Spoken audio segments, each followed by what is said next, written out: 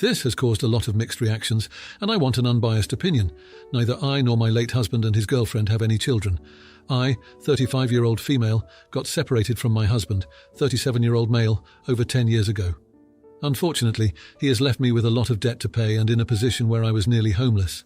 I have only stopped paying the debt off 2 years ago, but there is still a lot of work to improve my credit history. Because of all the stress he caused me, we never got divorced or formally separated. As a matter of fact, we never spoke after I was kicked out from the flat, so his girlfriend, Anna, can move in. I was planning to file for divorce once I have enough spare income, but some events took place before I was able to do so. Now to where I can be and jerk. 2 months ago, my husband passed away in a freak accident. He left no will behind and has a house which is paid off with his girlfriend. He ended up having a big promotion at work. I have spoken to the lawyer, and because we never divorced or filed for separation, I am entitled to half of the house as his next of kin. Last week I informed Anna through a letter that I want the house to be sold. She can either buy my half or I will have to force a sale. It is up to her. I do not want to live in the house, but the money from the sale could really help out to sort out the damage done by the loans I had to pay for the ex, as well as a deposit for my own place, so I don't have to live in absolute shitholes due to poor credit, not a very high-paying job. It will also help me to work on my qualifications, so I can get a better job and retirement. However, Anna and my ex's family have called me a massive jerk, saying I have no right to the house, legally I do, and that I am being cruel and vindictive. I have reminded them that it is not my fault their son didn't divorce me or have a will, and said I don't see how it is unfair, as I had to pay for his debts while he lived a comfortable life. So Reddit, am I the jerk? Edit.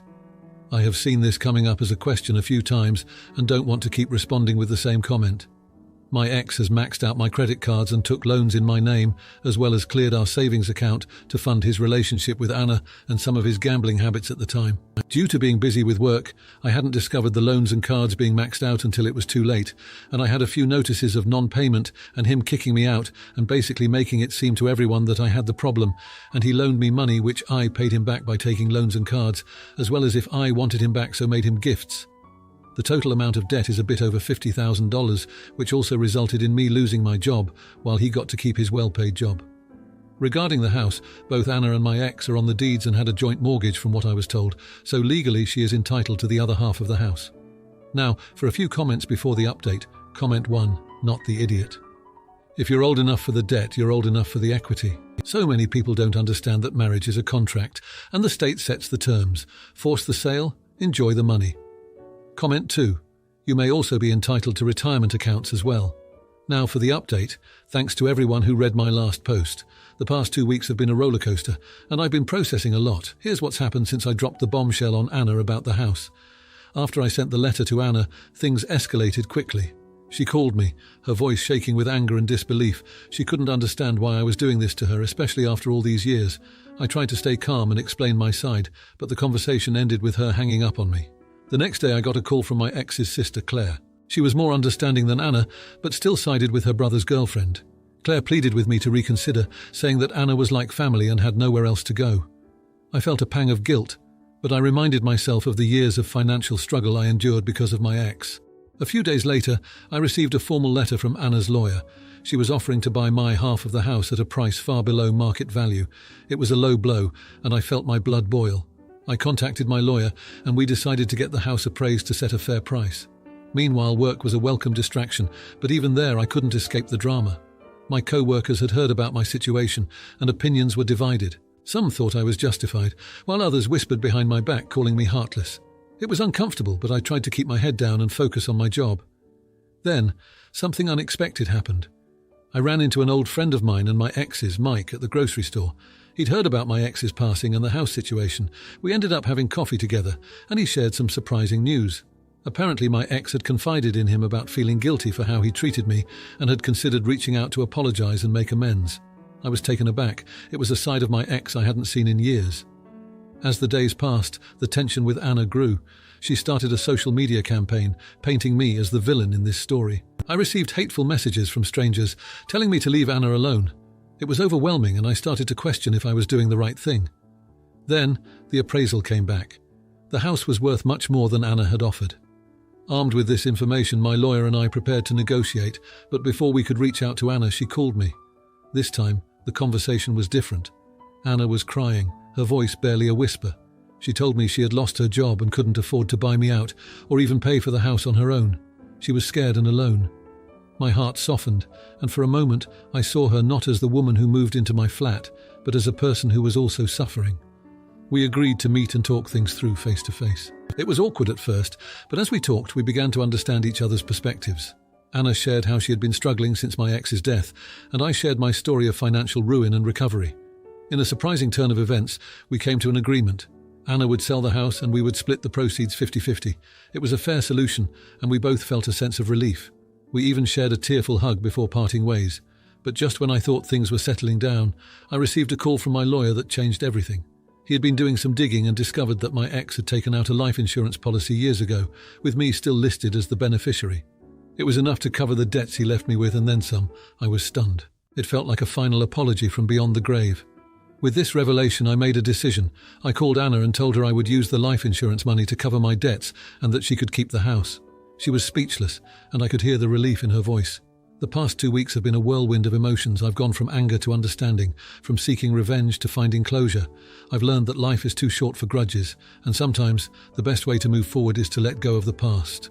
As for me, I'm looking forward to a fresh start, free from the debts of my past and open to the possibilities of the future. And who knows, maybe Anna and I, against all odds, can build a friendship from the ashes of our shared history with the man who brought us together in the most unexpected way. Now, for the comments. Comment 1. Hey there. You've been through a financial rollercoaster, and it's totally fair for you to want to secure your own future. It's a tough spot, but you're not wrong for wanting what's legally yours. Just make sure you're taking care of your emotional well-being too, amidst all this legal stuff. Comment 2. Well, ain't that a plot twist straight out of a soap opera? You're like the phoenix rising from the ashes of debt with that life insurance plot twist. Good on you for finding a way to settle things without turning into the villain in Anna's sob story. Cheers to fresh starts and unexpected windfalls. Now for the next story. Names changed, we're all 35 plus. For almost 15 years now, my friends have holiday parties where we each bring a dish. Mine has always been a green bean casserole. It's nothing fancy, just a random recipe I found online. A few years ago, Amy joined our group. There have been zero issues with Amy until parties.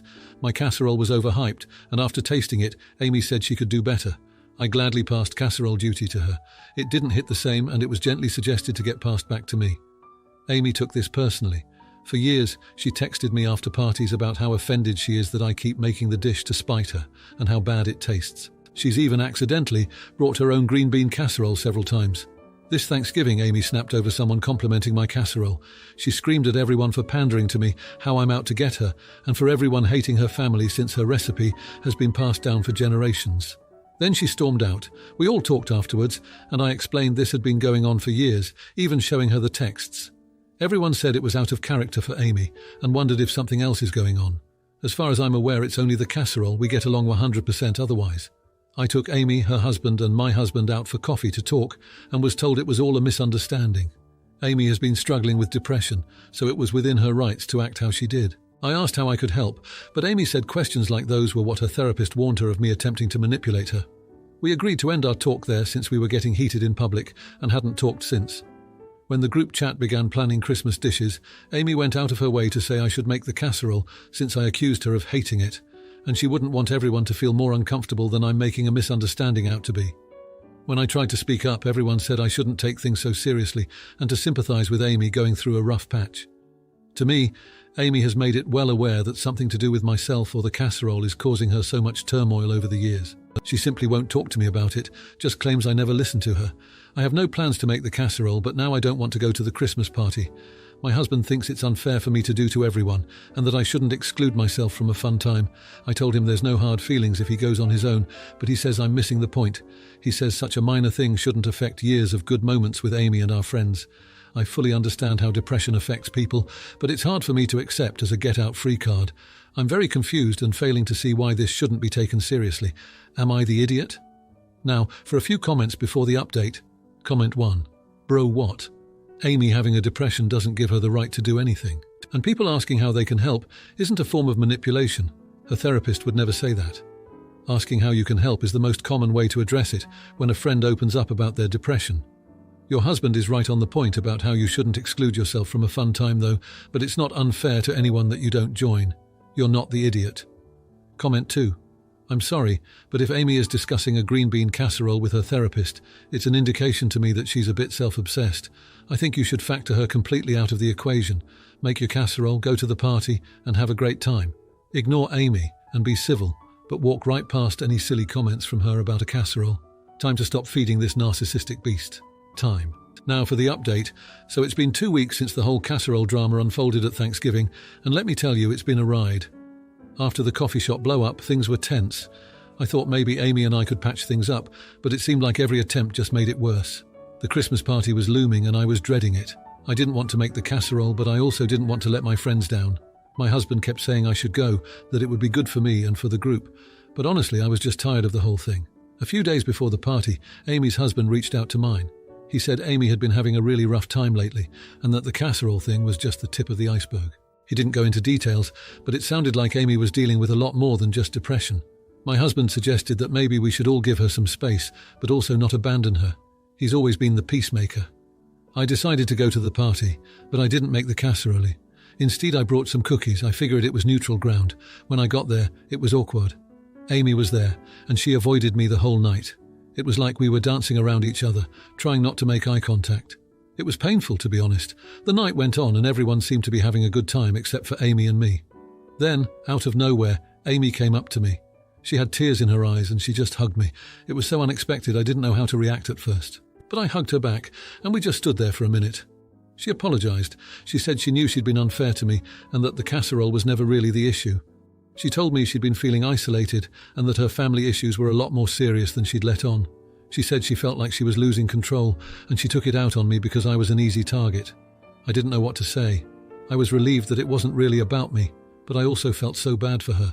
We talked for a while, just the two of us, and it felt like we were finally getting somewhere. It wasn't a complete resolution, but it was a start. The rest of the night was better. Not perfect, but better. Amy even complimented my cookies, and I could tell she was trying to make amends. It was a small gesture, but it meant a lot. After the party, things started to change. Amy began therapy, and she's been more open with the group about what she's going through. We've all been supportive, and it's brought us closer in a way. It's like we're all more aware of each other's struggles now. As for me, I've been doing some thinking. I realised that holding on to resentment wasn't helping anyone, least of all me. I've been trying to be more understanding, more forgiving. It's not easy, but I think it's worth it. My husband was right in the end. The good moments we've had over the years are worth more than one argument, even if it lasted for years. And while I still don't think depression is a get-out-of-jail-free card, I've learned that sometimes you need to look beyond the surface to understand what's really going on with someone. So, that's where we are now. It's not a perfect happy ending, but it's real. We're all working on our issues and we're doing it together, and maybe next year Amy and I can make a casserole together, or maybe we'll just stick to cookies. Either way, I think we'll be okay. Now for the comments. Comment 1. Oh boy, this takes me back to when my cousin and I had a pie bake-off at family gatherings. It got so heated we had to call a truce and bring different desserts. Look, mental health is no joke, and it's tough when it spills over, but you're not a therapist. Maybe give Amy some space and bring those cookies with pride. You're there for friends, not food fights. Comment 2. Alright, here's the deal. You're walking into a Christmas party, not a boxing ring. Bring a plate of those cookies, slap on your best ho-ho-ho smile, and steer clear of the casserole drama. Amy's got her own battle and you've got a party to enjoy. Don't let Casserole Gate turn you into the Grinch. If you like this video, you'll probably like these too. Also, while you're here, please consider subscribing. It's your support that keeps this channel alive and allows me to make better and longer videos. Have a great day.